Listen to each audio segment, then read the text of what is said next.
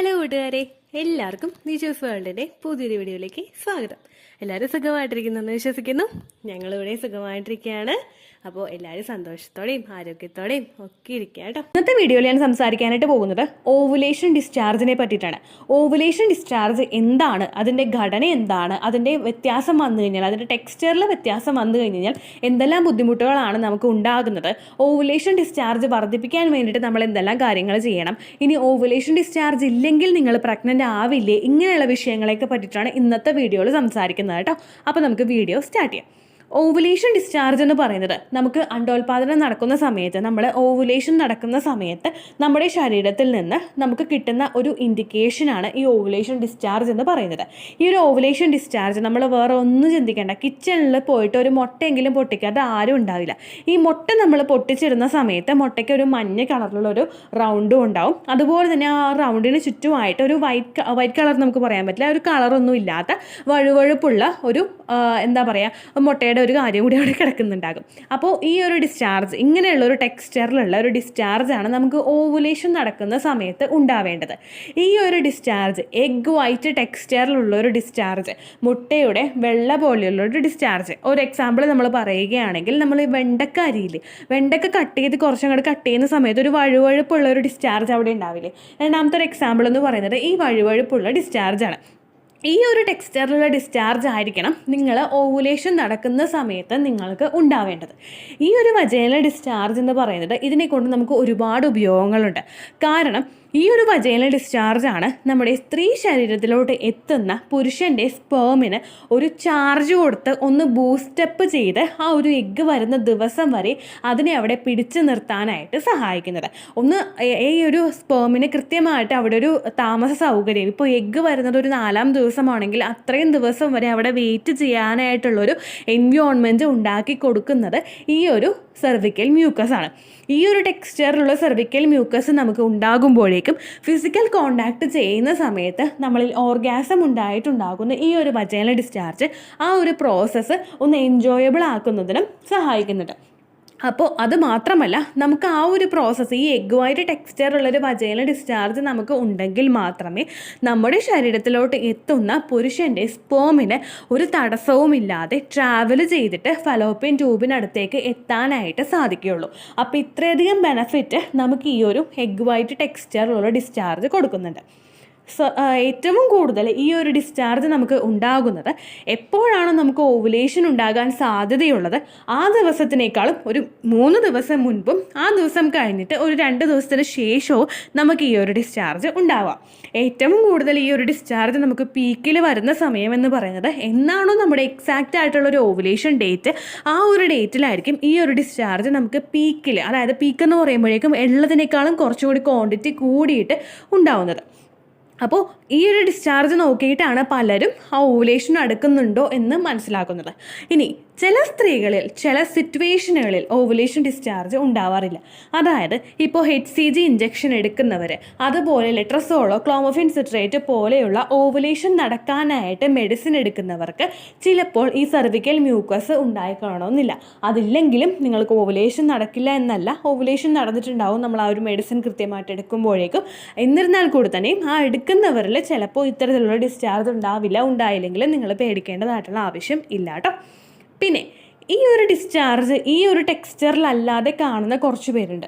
അതായത് ഈ ഒരു എഗ് വൈറ്റ് ടെക്സ്ചറുള്ള വജൈനൽ ഡിസ്ചാർജിൻ്റെ പ്രത്യേകത എന്താണെന്ന് വെച്ച് കഴിഞ്ഞാൽ, നമ്മളിത് 2 വിരലുകൾക്കിടയിൽ എടുത്തൊന്ന് വലിച്ചു നീട്ടിക്കഴിഞ്ഞാൽ ഇതൊന്ന് സ്ട്രെച്ച് ആവുക എന്ന് പറയുന്നത് ഇതൊന്നും ഇങ്ങോട്ട് വലിയും.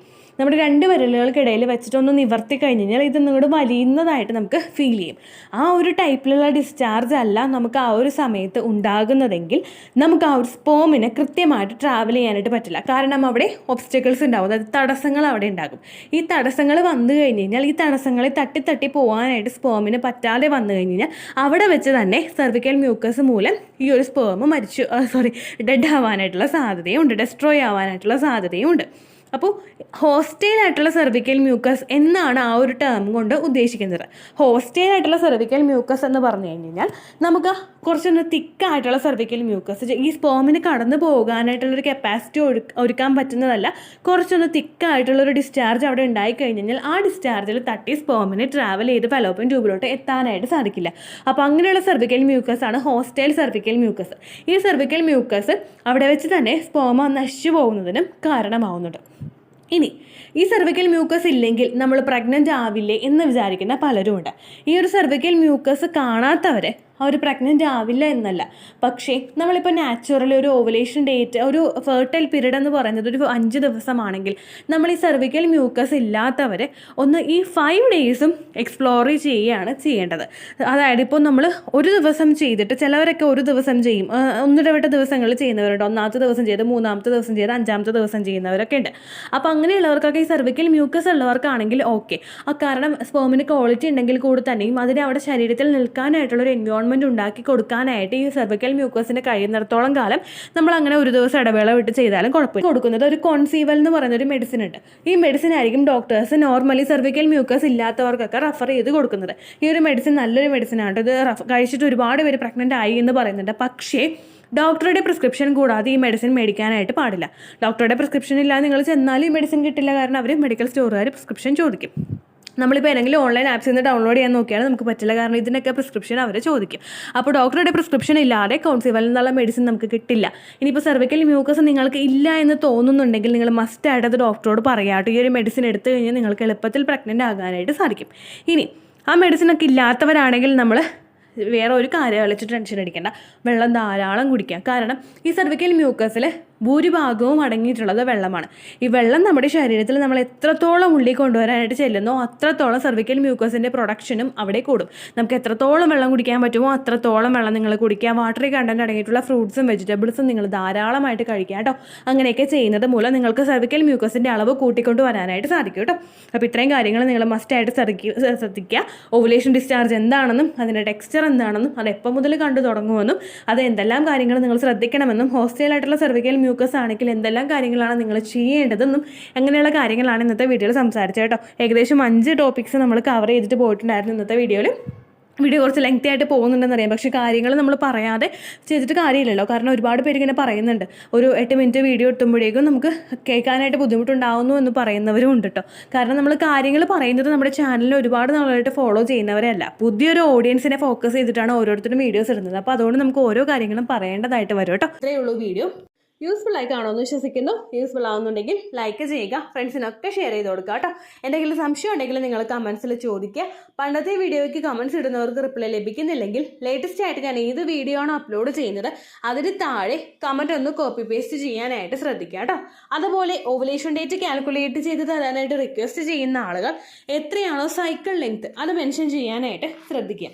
സൈക്കിൾ ലെങ്ത് എന്നതുകൊണ്ട് ഉദ്ദേശിച്ചത് ഓരോ മാസവും എത്ര ദിവസം കൂടുമ്പോഴാണോ ബ്ലീഡിങ് വരുന്നത് അതാണ് സൈക്കിൾ ലെങ്ത്. കഴിഞ്ഞ മാസം ഒരു 8-ാം തീയതിയാണ് ബ്ലീഡിങ് ആയതെങ്കിൽ ഈ മാസം 6-ാം തീയതിയാണ് ബ്ലീഡിങ് ആയതെങ്കിൽ കഴിഞ്ഞ മാസം 8-ാം തീയതി മുതൽ ഈ മാസം 6-ാം തീയതി വരെ എത്ര ദിവസമുണ്ടോ അത് കാലണ്ടറിൽ എണ്ണി തിട്ടപ്പെടുന്നതാണ് നിങ്ങളുടെ സൈക്കിൾ ലെങ്ത്.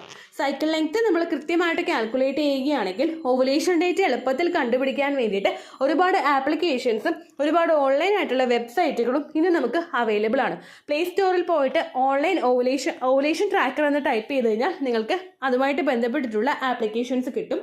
അത് പറ്റുന്നില്ല എങ്കിൽ ഗൂഗിളിൽ പോയിട്ട് ഓൺലൈൻ ഓവുലേഷൻ കാൽക്കുലേറ്റർ എന്ന് ടൈപ്പ് ചെയ്ത് കഴിഞ്ഞാൽ അതുമായിട്ട് ബന്ധപ്പെട്ടിട്ടുള്ള വെബ്സൈറ്റുകൾ നിങ്ങൾക്ക് കിട്ടും. അതിൽ നിങ്ങളുടെ ലാസ്റ്റ് മന്തിലെ മെൻസ്ട്രേഷൻ്റെ ഡേറ്റും ഒപ്പം ഞാൻ ഈ പറഞ്ഞ രീതിക്ക് നിങ്ങൾ കാൽക്കുലേറ്റ് ചെയ്യുന്ന സൈക്കിൾ ലെങ്ത്തും എൻ്റർ ചെയ്ത് കൊടുക്കുകയാണെങ്കിൽ നിങ്ങൾക്ക് കൃത്യമായിട്ട് ഓവുലേഷൻ ഡേറ്റ് കണ്ടുപിടിക്കാനായിട്ട് സാധിക്കും. ഫെർട്ടൈൽ ടൈം പീരീഡും നിങ്ങൾക്ക് കിട്ടും. അതായത് എത്ര ദിവസം മുതൽ കോൺടാക്ട് ചെയ്ത് തുടങ്ങിക്കഴിഞ്ഞാൽ നിങ്ങൾ പ്രഗ്നൻ്റ് ആകും എന്നുള്ളൊരു ഡേറ്റും നിങ്ങൾക്ക് പ്രോപ്പറായിട്ട് കിട്ടും കേട്ടോ. ഇത് കാൽക്കുലേറ്റ് ചെയ്യുന്ന സമയത്ത് സൈക്കിൾ ലെങ്ത് കാൽക്കുലേറ്റ് ചെയ്യുന്ന സമയത്ത് നിങ്ങളുടെ ആ ഒരു കലണ്ടറിൽ നോക്കി തന്നെ നിങ്ങൾ കാൽക്കുലേറ്റ് ചെയ്യുക. പല മാസങ്ങളിലും 30-31 ദിവസമുണ്ട്, അതുകൊണ്ടാണ് അങ്ങനെ പറഞ്ഞത്. ഒപ്പം നിങ്ങൾക്ക് ബ്ലീഡിങ് തുടങ്ങിയ ദിവസത്തിന് വേണം നിങ്ങൾ ഡേ 1 ആയിട്ട് എടുക്കാൻ വേണ്ടിയിട്ട്. സ്പോട്ടിങ് തുടങ്ങിയ ദിവസത്തിനെ, അതായത് ചെറുതായിട്ട് ഡിസ്ചാർജ് പോയി തുടങ്ങിയ ദിവസത്തിനെ നിങ്ങൾ കൺസിഡർ ചെയ്യേണ്ട ആവശ്യം ഇല്ല കേട്ടോ. അപ്പോൾ ഇത്രയേ ഉള്ളൂ വീഡിയോ. അടുത്തൊരു വീഡിയോ ആയിട്ട് നമുക്ക് വീണ്ടും കാണാം. ബൈ.